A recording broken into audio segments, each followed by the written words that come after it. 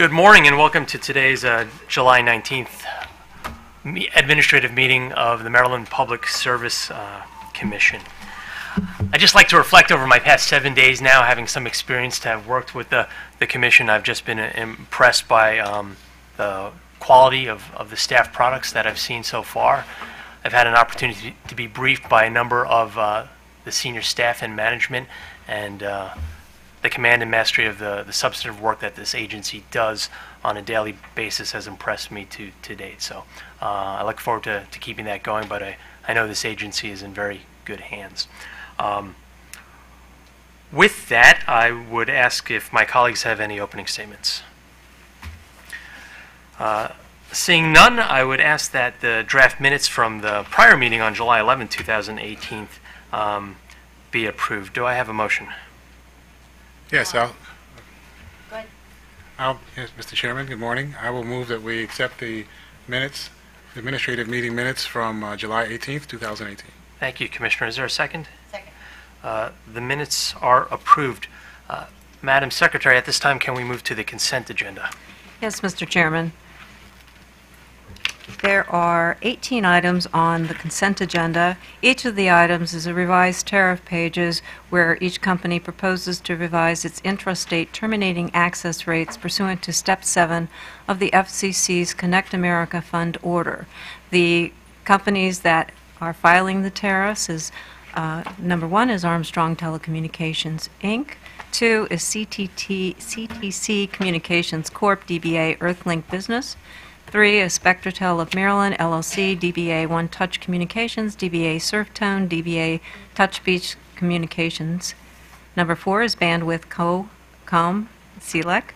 Number 5 is Bullseye Telcom, Inc. Number 6 is West Telecom Services, LLC. 7 is ACN Communication Services, LLC. 8 is Access Point, Inc. 9 is Broadview Networks, Inc. 10 is Cavalier Telephone Mid-Atlantic, LLC. 11 is ATX Licensing, Inc. 12 is Paytech Communications, LLC. 13 is Broadvox CLEC, LLC. 14 is Wide Voice, LLC. 15 is IDT America Corp. 16 is Neutral Tandem Maryland, LLC. 17 is Talk America, LLC. And 18 is USLEC of Maryland, LLC. Thank you. Do any of the commissioners have questions regarding these Connect America Fund items that we have, all 18 of them? No. Seeing none, I would ask for a motion. Yes, Mr. Chairman, I would have a motion for all 18 items. For item number 1, I move that we accept the tariff revisions for filing with an effective date of July 31st, 2018, and grant a waiver of the 30-day notice period required by Public Utilities Article Section 4-203A.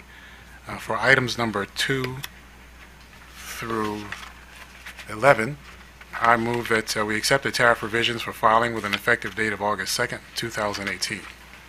And for item number 12 through item number 18, I move that we accept the tariff revisions for filing with an effective date of August 2nd, 2018.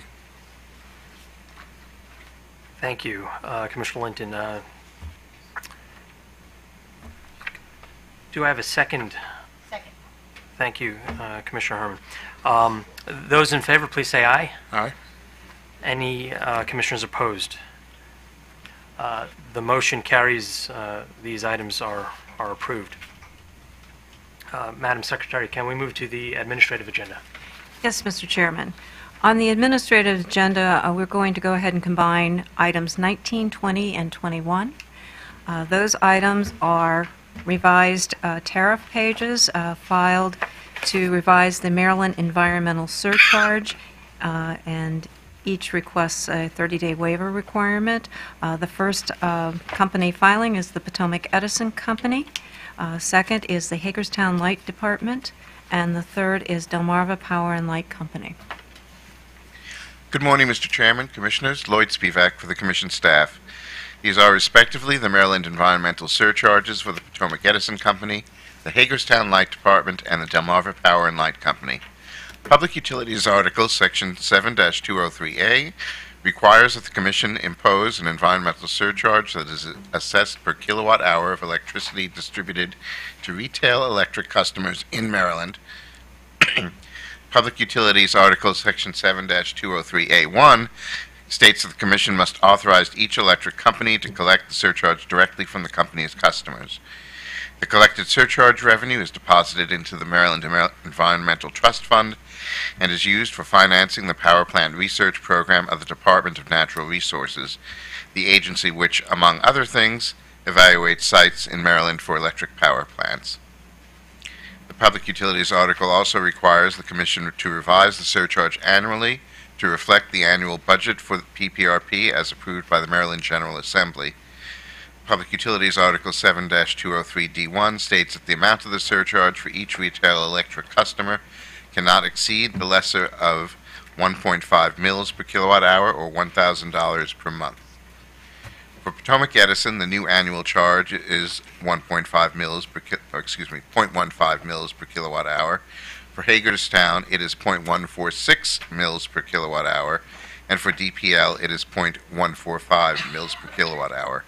The bill impacts of these rates are discussed in staff's comments.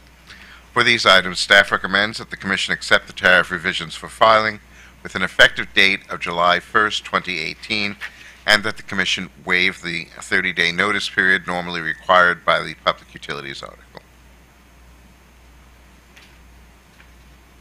Thank you, Mr. Spivak. I actually, to be honest, was not familiar with the Maryland environmental surcharge, so I took a look at my Pepco bill just the other day. I noticed that I average about 8 cents to 10 cents per month for the surcharge. But it does seem that these revenues are being put to good use. I do not have any questions. Do my fellow commissioners have questions on the surcharge orders? Commissioner Harmon. Just for clarification, Mr. Spivak, Potomac Edison, is their effective date July 1st or July 6th? Just a moment. July 1st is what I have, but let me just take a quick look. It is July 6th, according to Ms. Probaski. Okay, thank you. I just wanted to be clear for the motion. Thank you for that correction, Commissioner.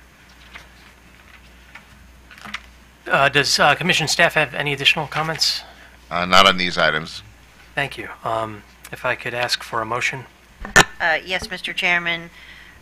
For item number 19, I move we accept the tariff revision for filing with an effective date of July 6, 2018, and grant a waiver of the 30-day notice period required by Public Utilities Article 4-203A. And with respect to items number 20 and 21, I move we accept the tariff revisions for filing with an effective date of July 1, 2018, and grant a waiver of the 30-day notice period required by Public Utilities Article 4-203A. Thank you. Do I have a second? Second? All those in favor, say aye. Aye. The ayes have it, and the motion is approved for these three items, number 19, 20, and 21. Madam Secretary, the next items, please. Yes, I believe we will call the items 22 to 25 together. 22 is the Potomac Edison Company filed on July 2nd, 2018, changes to the Montgomery County Surcharge Rider, MSC, and the Maryland Environment Surcharge Rider, MES, effective July 1, 2018. Item 23 is the Potomac Electric Power Company filed on June 28, 2018, changes to the Maryland Environmental Surcharge, the Montgomery County Surcharge, and the Prince George's County Energy Tax Rates. Item 24 is Baltimore Gas and Electric Company filed revised Montgomery County Fuel Energy Surcharge and request for a 30-day waiver requirement with the surcharge going into effect on July 1st of 2018. And 25 is Washington Gas Light Company filed on June 22nd, 2018, notification of the change in the Montgomery County Fuel Energy Tax Surcharge rate.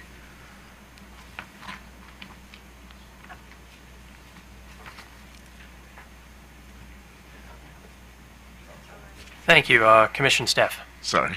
I just wanted to check the dates again. Good morning again, Mr. Chairman, Commissioners. Lloyd Spivak for the Commission staff. Again, these are respectively the Montgomery County Surcharge for the Potomac Edison Company and the Maryland Environmental, Prince George's County, and Montgomery County surcharges for Potomac Electric Power Company, the Montgomery County surcharge for Baltimore Gas and Electric Company, and for Washington Gas Light Company. The Montgomery County surcharge is the statutory Montgomery County fuel energy tax specified by the Montgomery County Council and adjusted by the Maryland Gross Receipts Tax under Section 8-403 of the Tax General Article of the Maryland Code and the Commission Assessment under Public Utilities Article Section 2-110. These rates are applied to residential and non-residential customer bills. Montgomery County, Maryland imposes a fuel energy tax on electricity and gas consumption within the county as allowed by state law.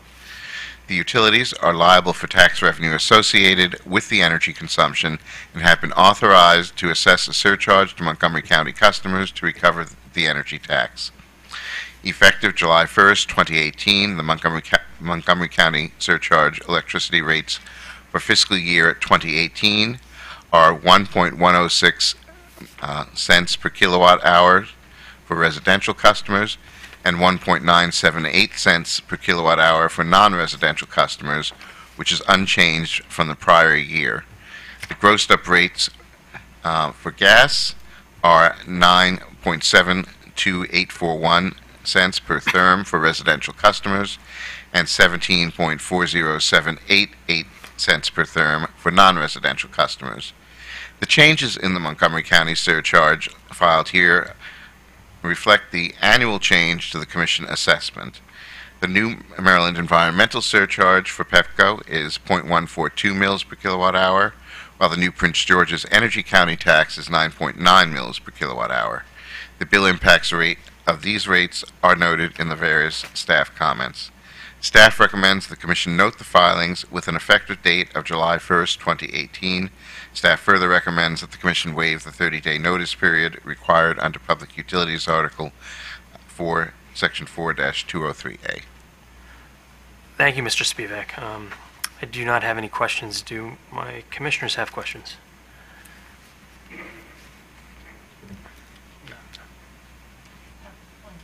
It's not a question, but just a just for the record. So the Prince George's County surcharge is almost $10 a month for our customers. Is that right? Close to it, yes, Okay. Commissioner. Thank you. Mr. Spivak, that's a direct pass-through tax from government to the ratepayer.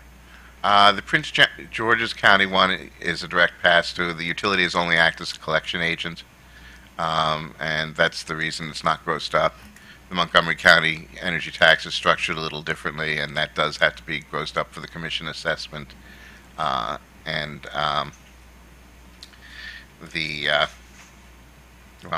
we'll leave it at that. Okay. Thank you. Commissioner Linton. Yes, thank you, Mr. Chairman. When we reviewed the, good morning, Mr. Spivak. When we reviewed the Prince George's County tax surcharge, we had asked a question about providing notice to the consumers about the increase for the Prince George's County one. Do we know if anything like that will happen for these companies? I do not know. Good morning, Mr. Chairman, Commissioners. Jamie Smith on behalf of staff. The only Prince George's County filing in this was for Potomac Electric Power Company, and I don't think they plan on making any filing. But that's a minor change on the electric side. Right, and that's the reason why I was asking is because in this case we have, of course, BGE, Washington Gas, and Potomac Edison are also here, so they weren't here for the Prince George's County one. I was just curious if there was any question to them about whether or not any kind of notification would be provided to consumers about the increase. Well, I think at the last meeting, WGL indicated they made the information available on the media, on their website, and as far as BG is here and they can answer any question related to that. Good morning. Please identify yourself. I'm Doug Mikeel with PEPCO, and we will put this on our website, Commissioner. Morning, Mr. Chairman, Commissioners. John Dodge on behalf of Washington Gas. First, welcome and congratulations, Mr. Chairman. Thank you. We look forward to having you at our Springfield headquarters and our new DC headquarters at the wharf. We offer a pretty mean box lunch for our guests. As Mr. Spivak or Mr. Smith just indicated, we did publicize the increase in the Prince George's County tax on our social media platforms. We thought that was because it was such a jump this time, but we are also happy to publicize the Montgomery County and PSC factors on our various platforms. I don't think there's a change this year, but we're still happy to do it. Or not a material change, I should say. Thank you. Good morning, Chairman, Commissioners, and welcome to the Chairman. My name's Kim Curry. I represent Baltimore Gas and Electric Company. I'm not aware of whether or not we have a specific notation on our website for to notify customers of the Montgomery County surcharge, but I suppose we could add something to our website to that effect. Thank you, Ms. Curry. Any other questions from the panel? Is there a motion? Yes, Mr. Chairman. With respect to items number 22, 23, 24, and 25, I move that we note the filings with an effective date of July 1st, 2018, and grant a waiver of the 30-day notice period required by Public Utilities Article 4-203A. Thank you. Is there a second? Second? All those in favor? Aye. The opinion of the chair, the ayes have it. The motion carries. The waivers are granted and these items are approved. Is there any additional business before the commission this morning? No, there's no further agenda items, Mr. Chairman. Thank you, Madam Secretary. Seeing no other business, this meeting is adjourned. Thank you, Commissioners.